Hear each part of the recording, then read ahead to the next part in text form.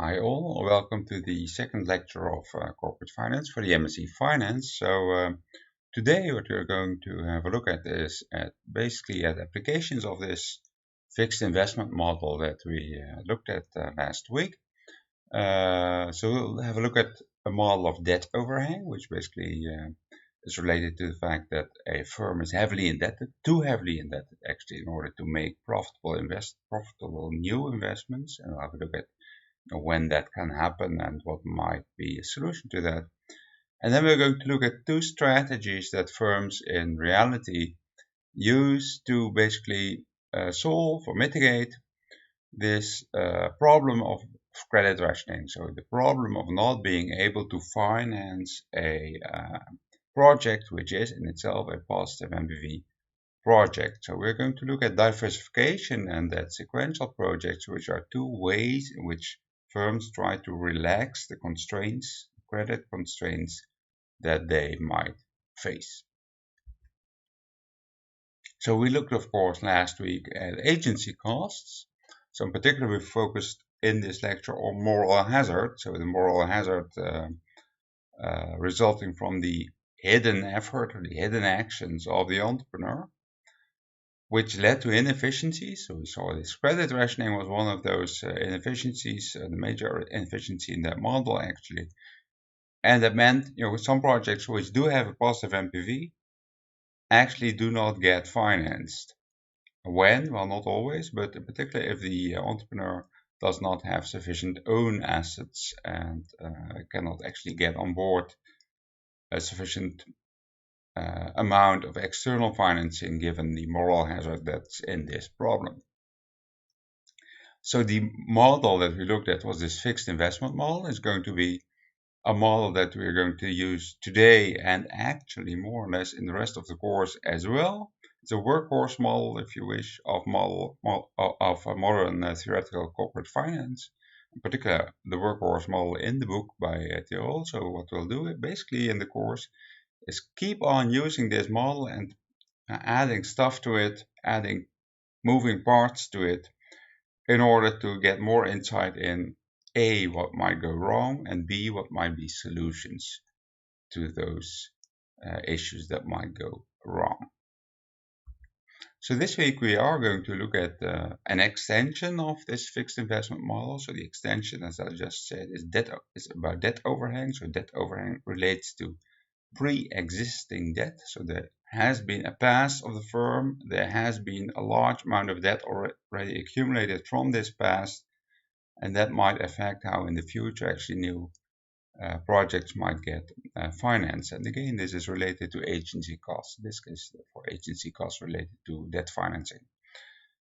And then we'll ask, as I just mentioned, how can we increase pledgeable income? So how can we reduce this burden of moral hazard in financing new projects? So we'll have a look at multiple projects, and by doing so, we'll look at diversification of firms. So a firm is not just one project, but typically is many projects side by side, diversified projects, but perhaps also many projects that are carried out sequentially often actually. So we're also going to look a little bit at how longer time periods and sequential projects that follow each other might actually help in making the financing of these projects a bit easier. But before we go into all those new material, first let me just get ourselves again in the business of where we were last time. What we'll do first is recap basically what we learned last week from the fixed investment model. So what did we have? This fixed investment model was about this entrepreneur, this person seeking outside financing, so external financing from some investor, say bank, venture capitalist, investment for a risky project. And what is crucial for our model was that the success of this project is going to depend on how hard he or she is working on this project, so on the effort of the entrepreneur. And we were assuming that this entrepreneur is putting in effort, but this is unobservable to outsiders. So actually, capital funding providers, capital providers, they cannot observe whether this entrepreneur is working hard or not. And if the entrepreneur does not put in the desired effort, there's a bonus for the entrepreneur because they get to be lazy, if you wish, or they get to get other benefits, private benefits, which are not observable, and which cannot be transferred to outside investors, but which will just be consumed, if you wish, by the entrepreneur. But there's a cost, and the cost is borne not only by the entrepreneur, but also by the investors, which is the probability of success of the original project is going down. So we want to avoid that. In particular, if you're the outside investor, you wouldn't like to invest in a project on which your entrepreneur is actually not working as hard as they should. So the model was depicted in this, basically in this diagram, in this tree. So we had initially this investment, I, amount of investment. Then the entrepreneur chooses whether or not to provide effort. So the up branch was providing effort, the lower branch is not providing the sufficient amount of effort, but as a result, consuming these private benefits B, unobservable to the outsiders. And if there is effort, then there is going to be success with a high probability pH, but still the project might fail. It's risky, right? So 1 minus pH is still a chance that there's no outcome, zero outcome of this project. And on the other side, if the entrepreneur chooses not to do effort, a low effort path, then success might still be there. You might get lucky. So PL, the low probability results in success, and with a higher probability 1 minus PL, you will fail after not putting in the effort as the entrepreneur. Okay, so that's the model. So the question was, how do we basically solve this model? So the generic approach that we're going to use for all these models basically is, well, first, of course, we have to figure out, what exactly is the question that we are trying to answer. Then it turns out this revolves a lot about different constraints that we need to satisfy. So we are going to analyze those constraints. So the first constraint is, what does it mean, or what does it take for the entrepreneur to be willing to put in effort? And we identified the incentive compatibility constraint as associated with that constraint. So we want to make sure that the entrepreneur has all the incentives to put in the effort. And the second constraint that was important was this participation constraint. So the lender must be willing to invest. So the lender must foresee that, at least in expectation, they get back at least what they put in. And then the question is, let's find the optimal contract and interpret what we have found in terms of what does this mean as the outcome, for the outcome of this model. What are the implications? So the first step, again, just to take this 4-step approach, the first step is, what's exactly the problem? So we have to describe, what do we know? Well, we know there is this entrepreneur who has its own assets or money to put into the project A, but it's not enough to finance the whole project, because the whole project costs I, the investment costs. So the remaining I minus A what's left needs to be attracted from some outside investor. We are assuming these outside investors to be competitive, so there might be a whole lineup. They all want to invest as long as they get a non-negative expected outcome out of this investment. That's the assumption. What's then going to happen is that the investor doesn't observe what the entrepreneur does, but they do observe whether there's success or failure. So we see either R or 0 if you're on the outside of this firm. And the question that we need to answer, the question we want to answer is, find a contract. What does it mean? Find a distribution of this total outcome R in case of success. So there's no money if there's failure, right? So nothing much to distribute in case of failure, 0 outcome. But if there's success, there is an outcome of R, and the contract is going to determine how are we going to split this R among, on one side, the borrower or the entrepreneur, we call that RB, on the other side, the lender, the investor, RL. And of course, the sum of these two parts of the outcome will add up to the total outcome R. So we want to find the optimal contract, basically says find the RB and the RL such that, well, first of all, they're going to maximize the entrepreneur of the utility of the entrepreneur's utility. That's basically related to the fact that since there are so many investors, they will compete among each other to invest into this positive NPV project until they get ultimately no additional rents. So the rents that go to the funders are going to be zero. They get just enough to break even, essentially. So all the utility that's gained from the project essentially goes to the entrepreneur, and the lenders break even. We want to add a constraint, first of all, that there's a non-negative payout under any circumstances for the entrepreneur. We call that limited liability. So RB in particular cannot be negative, can be zero or positive. Second point is the contract must be incentive compatible, which means that faced with this contract, the entrepreneur is going to choose to do the effort, so that even though the outsiders cannot verify whether they do effort, they know that, well, at least it's rational for this entrepreneur in their own interest to actually put in this effort. So we can rely on that a bit. And thirdly, the participation constraint for the investor needs to be satisfied. So the investors will only be willing to invest if they earn an expectation, a non-negative amount. So they get back at least what they put in. And the competition among investors will make sure, well, they cannot actually get out more than what they put in, because then a competing investor would step in and say, oh, at that price, I would like to be involved as well, and I'm willing to do it a little bit more cheaply. That's basically the idea here. So that's step one. So we've identified what the problem actually is. So now we have to look at these particular constraints. So the first constraint is this entrepreneur's incentive compatibility constraint. So we want to make sure that the entrepreneur is going to put in effort, in the sense that it's going to maximize the payoff of the entrepreneur if they do put in the effort. So what does that mean? The entrepreneur is going to put in effort if what they get in expectation by putting in effort, that's the left hand side here, that's an expectation with probability PH, the project is successful if they put in effort. And then they get RB, so the expected outcome would be PH times RB if they do put in the effort.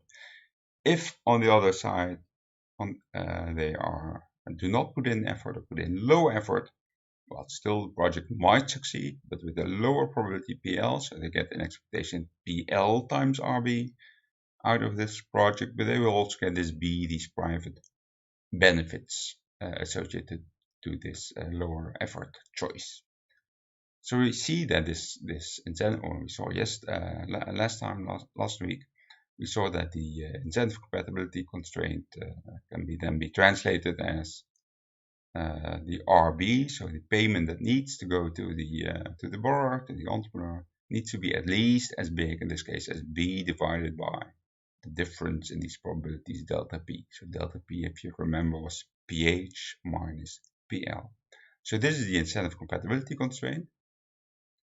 And from that, actually, we can deduce that, if there is a minimum amount that we need to promise to the entrepreneur, so RB at least needs to be B over delta P.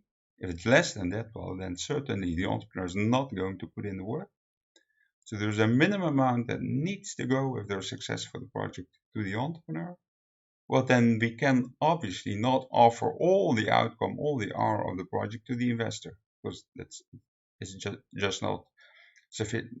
Yeah, the whole outcome is not left for the investor. So what's the maximum amount that we could offer to the investor? Well, in expectation, that's PH times, well, the total amount minus the minimum that we just identified that needs to go to this borrower, to this entrepreneur.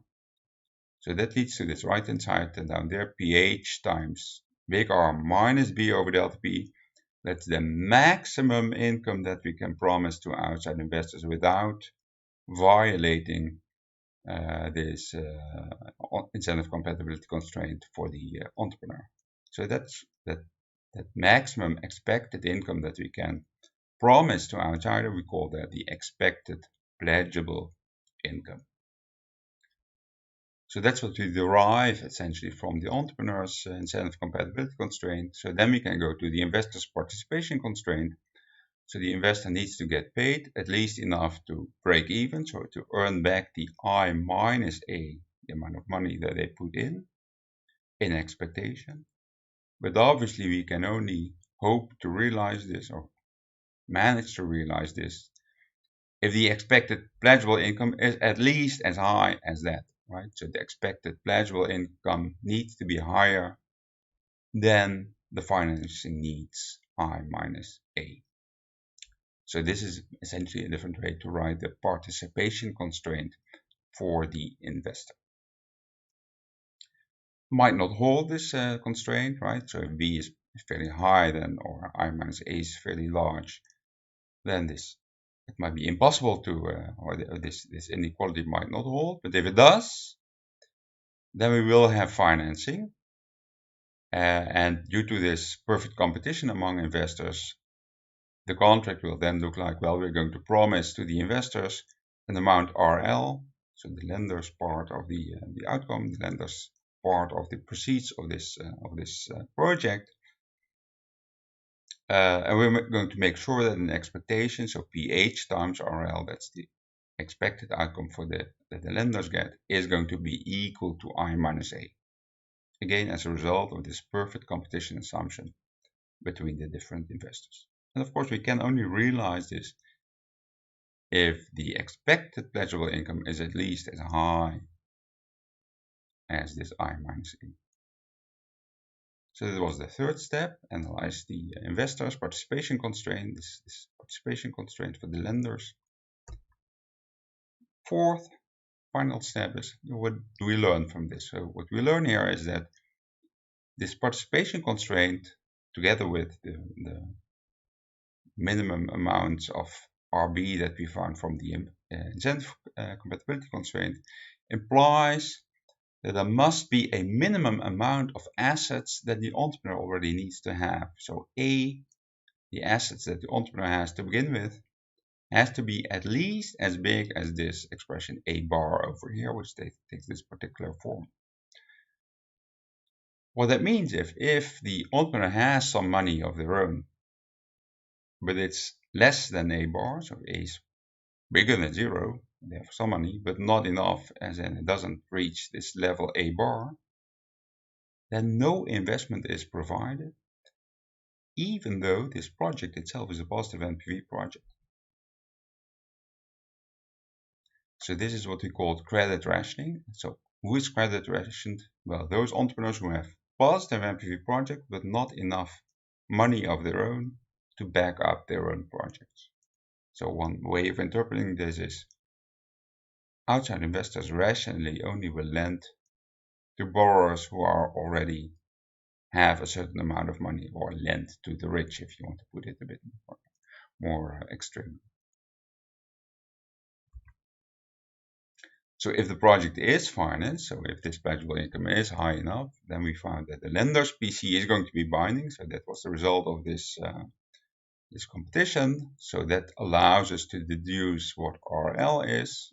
The lenders will break even. So the expected outcome to the lenders, to the funders, PHRL, is going to be chosen equal in the contract to be equal to I minus A, so they break even, which means that the borrower gets essentially the rest. So what the borrower gets, if you plug this in, so if you know then RB is going to be R minus that particular RL. So we figure out that the utility that the borrower gets after the project is PHR minus I plus A. So how do we interpret this? Well, the borrower already started with the amount of assets A. They end up, after having done this project in expectation, with a bit more, namely PHR minus I more. So the gross surplus in the end is PHR minus I plus A, so that's a gross utility. The net benefit, so the increase in utility, is exactly this PHR minus I. And that's the full surplus of this project, or in other words, that's the NPV of this project. PHR minus I, that's the net present value of this project. And it goes to the borrower because of perfect competition among the lenders. So that was the workhorse model, the fixed investment model that we had looked at last week, also in the tutorial. And what we're going to do today is first look at pre-existing debt. And so we'll ask the question, well, if in this model we already have some legacy debt from past investment, how does that legacy debt affect new investment opportunities? So this is about debt overhang, and if you want to look after seeing the slides and then the lecture, you want to look at how Tirol describes this, you have to look at chapter 3.3 in Tirol. And after that, we'll have a look at ways to boost pledgeable income. So we saw that pledgeable income might not be high enough to finance a project, so we have to wonder, can we somehow devise a way of making this pledgeable income bigger? So we look at two ways in which firms in practice make pledgeable income a little bit bigger. And one is diversification, it's doing many projects side by side, which is described in Tirol's section 4.2. And then we'll have a look at sequential investment, or Tirol 4.7. So we'll have to look at that in the next videos.